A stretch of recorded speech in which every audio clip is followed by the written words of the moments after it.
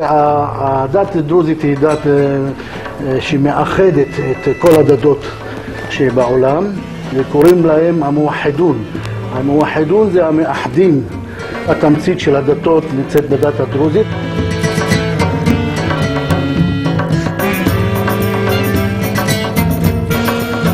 Welcome, peaceful viewers, to a journey through aesthetic realms on Supreme Master Television.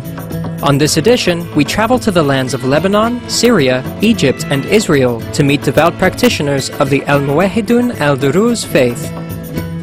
The origin of the religion, which has been in existence for over 1,000 years, can be traced back to Egypt. In the early 1900s, Mr. Philip K. Heaty wrote The Origins of the Druze People and Religion, introducing Al-Muwahhidun al-Duruz to the English-speaking world for the first time. Today we have the honor of speaking with Dr. K. Sfiro, professor in the Department of Middle Eastern Studies at the University of Haifa in Israel, who shares his wealth of information about the history and belief system of the people of the Al-Muwahhidun al-Duruz faith. The Druze found at the beginning of the 11th century, between 1017 to 1043. That means from this span of time, the Druze propagated their doctrine among the Ismailis, who are Islamic Shiites, and most of the adherents of this new religion were Ismailis before they became Druze. And the name Druze is not a Druze, it's from the outsiders. The Druze called them Muwahhidun, that means Unitarians or monotheists. And they propagated this religion in greater Syria, in Mount of Lebanon, in the area of Hermon, in the Galilee, and in the area of Damascus, in the area of Beirut, and in the north of Syria today. The Muwahhidun respect all religions of the world, including the ancient prophets and sages and influential people such as Egyptian Akhenaten, the Greek philosophers Socrates, Plato, and Aristotle, and Alexander the Great. Believed to be a development of the religious group Ismailia, a major branch of the Shia of Islam, Al-Muwahhidun al-Duruz incorporated elements of Judaism, Christianity, Islam, and Sufism as a part of the religion's belief system. The Druze doctrine is an offshoot of the Ismaili doctrine.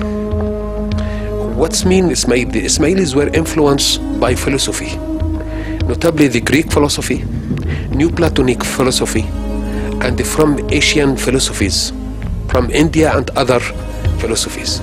And they also were Muslims, and therefore they believe in the Quran. The Druze took this inheritance, this tradition from the Ismailis and developed their belief, and they became independent from the Ismailis during this period of 1017 to 1043. Being influenced by Zoroastrianism, Manichaeism, and Sufism, the religious creed of the Muwahhidun in the 11th century was considered very liberal in its time.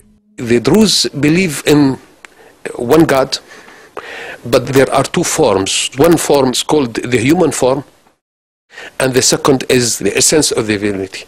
Some researchers say this theophany.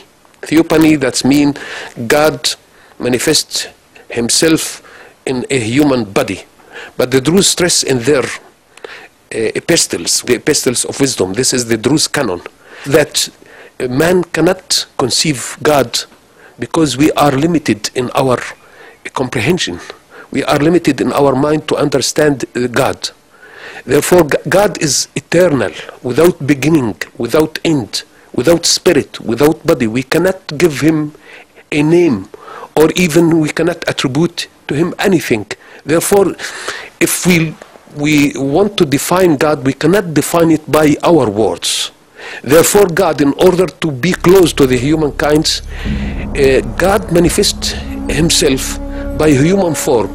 This is one of the beliefs of the Druze. The second belief is very important, that the revelation of the religion, like Christianity, Judaism, and Islam, can be understood literally, not by esoteric interpretation. The Druze make esoteric interpretation to these texts notably the Quran. They believe in the Quran, but they have their interpretation which different from other religion in the Middle East.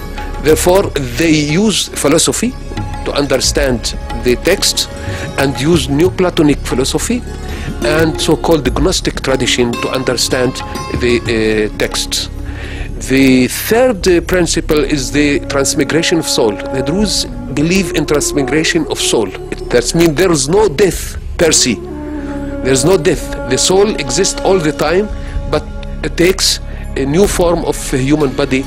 This transmigration soul is very important because at the end of the so-called human era, when the people reach the last judgment, God will assess and reassess the soul by all the transmigration of soul. That means sometimes the man or the woman would be rich, sometimes poor, sometimes ill, sometimes with health, and therefore there are many experiences. And then in the last judgment, God punish the people who should be punished and reward the people who should be rewarded.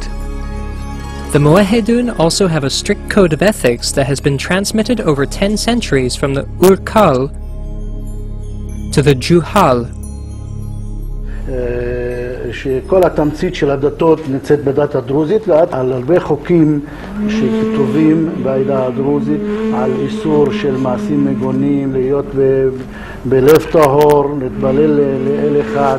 The Druze believe 7 principles of Unitarianism. The first is the truthfulness, to say the truth every time. This is one principle. The second principle was so-called the mutual aid, to aid the group in every disaster. Therefore, the Druze have a very good solidarity because they have a commandment about this mutuality to aid your friend, your Druze friend, every time. And other commandments that deal with the belief in God, to follow the Unitarianism of the Druze according to the Druze epistles or the Druze canon. This principle is very important. Since the inception of Al-Muwahhidun al-Duruz, the Muwahhidun have always advocated equal rights for women, both in the secular as well as spiritual spheres. Women of the Al-Muwahhidun al-Duruz faith generally are well educated. According to Dr. Naim Aridi, lecturer at Gordon College and the College for Arab Teachers in Haifa, Druze women can attain positions of religious significance, and some have indeed achieved high rank.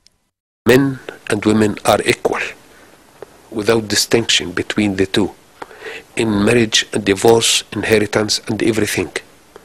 The daughters and sons have the same rights in the family, not only the brave, but to behave as a Druze, to behave as a Unitarian. Traditionally, the Muwahhidun are farmers subsisting for the most part on vegetables. Most of the time they eat vegetables. They prefer to eat vegetables, and some people now follow the vegetarian instruction. For example, the leader of the Druze community in Lebanon, Kamal Jumblat, he was vegetarian, and he tried to introduce vegetarianism to the Druze initiated people, and he succeeded in some areas. I think there are now followers of Kamal Jumblat in Lebanon and in Syria who became vegetarians. He visited several times India, influenced by the Asian culture, and he found similarity between the Druze and some communities in India, and he influenced by the vegetarian communities, and he followed vegetarianism. To preserve the purity of their religion, the Muwahhidun keep their teaching secret. Only the Urkal, or enlightened ones, have access to the scriptures, especially the epistles of wisdom and Muwahhidun al-Duruz's canon. Furthermore, no new members have been accepted into their faith since 1043, over 9 centuries ago. Emigrating from Egypt to Lebanon, the Muwahhidun now live in other places such as Syria, Israel, Australia, the United States and Europe, with approximately 2 million worldwide.